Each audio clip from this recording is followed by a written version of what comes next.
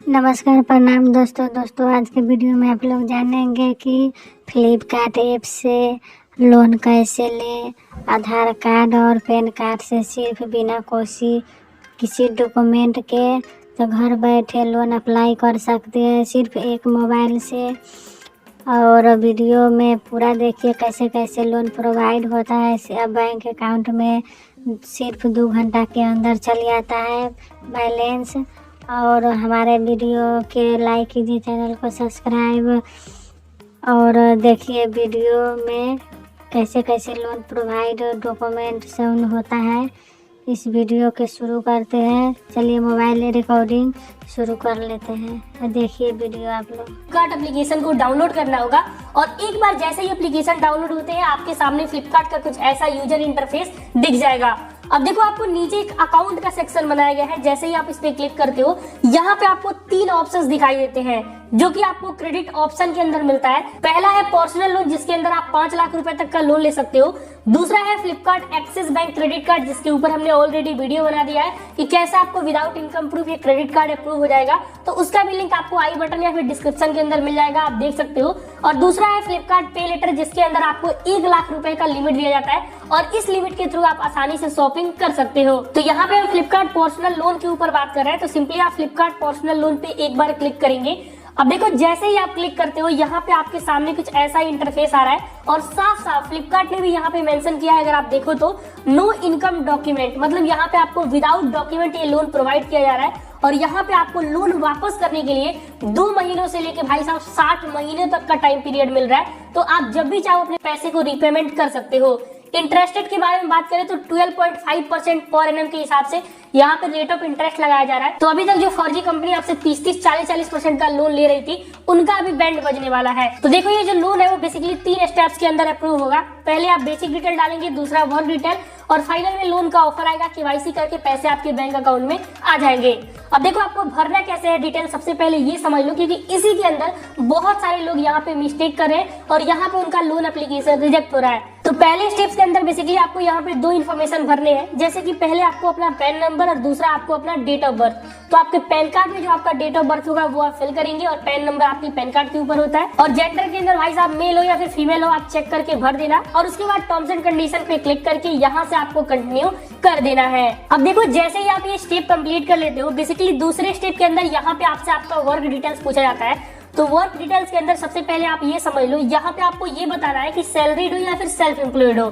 तो एक चीज मैं आपको बता दूं कि अगर आप सैलरीड होगे फिर भी आपको लोन मिल जाएगा और अगर आप सेल्फ एम्प्लॉयड होगे मतलब घर बैठे कोई काम करते हो या फिर आपका कोई बिजनेस है या फिर कोई दुकान है या फिर जो भी है, यहाँ पे अगर उस केस में आप आते हो तो आपको यहाँ पे भी लोन मिल जाएगा। तो बेसिकली यहाँ पे हम सेल्फ एम्प्लॉयड के सेक्शन में लोन अप्लाई करने वाले हैं, जो कि आप नहीं कहोगे आप सैलरीड के अंदर लोन अप्लाई किए हैं। तो बेसिकली यहाँ पे हम सेल्फ एम्प्लॉयड सेलेक्ट करेंगे। इंडस्ट्री टाइप के अंदर यहाँ पे आप कुछ भी लिख सकते हैं। जैसे कि यहाँ पे हमारा टीचिंग लाइन है तो बेसिकली हमने एजुकेशन सेलेक्ट किया है। एनुअल टर्नओवर में भाई साहब आपका सालाना आय कितना है वो आपको यहाँ पे फिल कर देना है और इसके अलावा आपसे कुछ भी नहीं पूछा जाएगा। आप ये इन्फॉर्मेशन फिल करेंगे और व्यू लोन ऑफर पे क्लिक करेंगे। अच्छा, जब आप एनुअल टर्नओवर लिख रहे हो तो एक बात का ध्यान रखना कि यहाँ पे जो आपको अमाउंट है, क्योंकि डॉक्यूमेंट तो आपसे मांगा नहीं जा रहा है, तो अपना एनुअल टर्नओवर यहाँ पे आप बढ़ा चढ़ा के भरना। मतलब अगर आप महीने का 30,000 भी डालते हो तो करीब यहाँ पे 3.5 लाख प्लस ही यहाँ पे डालना ताकि आपको एक अच्छा लोन का जो अप्रूवल है वो यहाँ पे मिल जाए। तो आप ये इन्फॉर्मेशन फिल करोगे और व्यू लोन ऑफर वाले ऑप्शन पे आपको क्लिक कर देना है। अब देखो जैसे ही आप नेक्स्ट पे क्लिक करते हो आपकी एलिजिबिलिटी के हिसाब से आपको लोन ऑफर किया जा रहा है। और अभी आप हमारे स्क्रीन पे देख सकते हैं कि यहाँ पे हमें 2 लाख रुपए का जो लिमिट है, मतलब जो लोन है वो यहाँ पे दिया जा रहा है फ्लिपकार्ट की तरफ से। तो देखो अगर आपको यहाँ पे एलिजिबिलिटी आ जाता है फिर तो आपको लोन मिल जाएगा।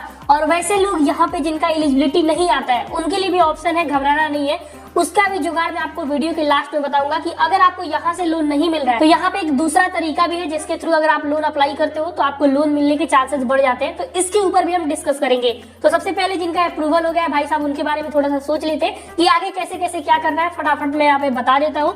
तो सिंपली यहाँ पे आपके सामने कुछ ऐसा इंटरफेस आएगा। तो जैसे ही आपके सामने यहाँ पे ऑप्शन आता है, यहाँ पे आप मिनिमम 50,000 रुपए से 2 लाख रुपए तक का लोन ले सकते हो। तो आपको जितना भी अमाउंट का जरूरत होगा उसे आप यहाँ पे फिल कर लेना। उसके नीचे देखो यहाँ पे आपसे ये पूछा जाता है कि ये जो पैसे है आप कितने टाइम के अंदर रीपे करना चाहते हो, मतलब आपको अपना EMI सेलेक्ट करना है। तो अगर आप 36 महीनों के लिए करना चाहते हैं, 33, 30, 27 और भी यहाँ पे आपको टाइमिंग दिया गया है। आप जितने टाइम के अंदर ये लोन का पैसा वापस करना चाहते हैं उसे आपको यहाँ पे सिलेक्ट करना है और कंफर्म एंड कंटिन्यू वाले ऑप्शन पे क्लिक कर देना है। तो अब यहाँ पे आप देख सकते हो कि यहाँ पे हमने 50,000 रुपए का जो लोन है वो यहाँ पे एग्जांपल के लिए मैं बता रहा हूँ कि अगर मैं 50,000 रुपए के लोन के लिए प्रोसेस कर रहा हूँ तो यहाँ पे हमें चार्जेस क्या देना पड़ रहा है। अब देखो फ्लिपकार्ट के अंदर नहीं बल्कि यहाँ पे आप जीवन में कभी भी कोई भी लोन अप्लाई कर लेना तो उसका यहाँ पे आपको चार्जेस देखना, और चार्जेस के अंदर बेसिकली आपको ये देखना है कि आपसे प्रोसेसिंग फी कितना लिया जा रहा है, क्योंकि ये प्रोसेसिंग फी ही आपको आज के टाइम में जो भी लोन कंपनी है वो आपसे बढ़ा चढ़ा के यहाँ पे ले रही है। तो देखो अगर आप 50,000 रुपए का लोन ले रहे हो, इसके अंदर यहाँ पे जो आपसे चार्जेस लिए जा रहे हैं वो आपको 1200 रुपए का चार्जेस लिया जा रहा है, जिसमें आपको 1180 रुपए प्रोसेसिंग फी प्लस GST।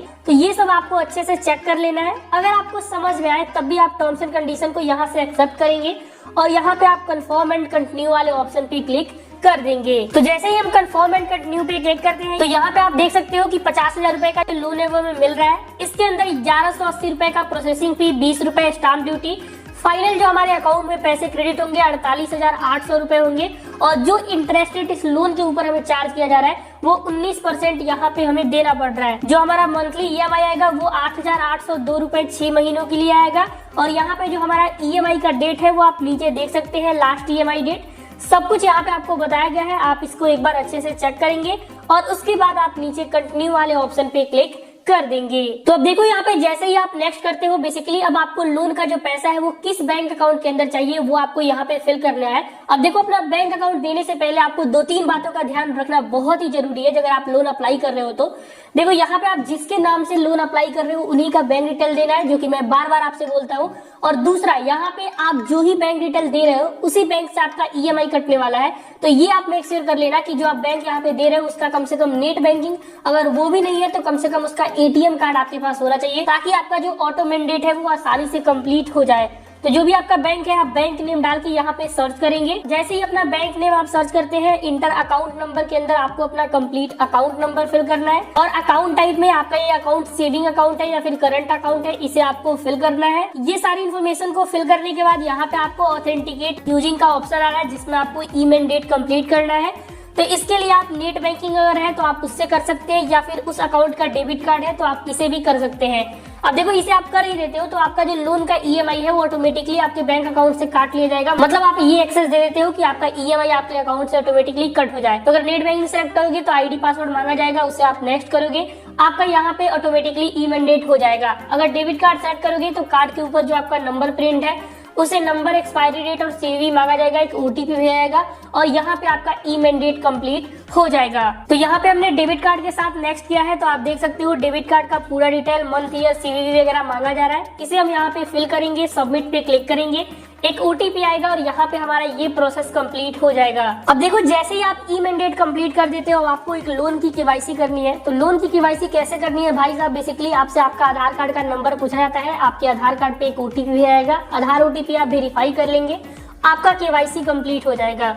अच्छा, अगर आधार KYC में लोगों कुछ इश्यूज होते हैं उस केस में आपका एक वीडियो KYC भी लिया जाता है, जिसके अंदर आप प्रोसीड करेंगे, बैंक एग्जीक्यूटिव आपसे करेक्ट होंगे और यहाँ पे आपका फोटोग्राफ्स वगैरह क्लिक किया जाता है, आपका पैन कार्ड का फोटो लिया जाता है और आपका यहाँ पे जो KYC वाला पार्ट है उसे कंप्लीट।